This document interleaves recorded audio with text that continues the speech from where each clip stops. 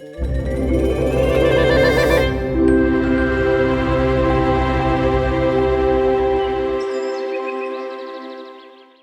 there, my name is Melissa and I am a certified forest therapy guide in Central Ontario, Canada. Forest therapy is a guided sensory experience out in the forest. We can travel maybe a kilometer, if that. We don't need a lot of distance. It's more about the connection and the time spent connecting with nature. And it's generally about a 2.5 to 3 hour experience with several invitations, grounding invitation. And we generally have a ceremony at the end of the walk, followed with a tea ceremony or a mandala ceremony. We also do poetry readings,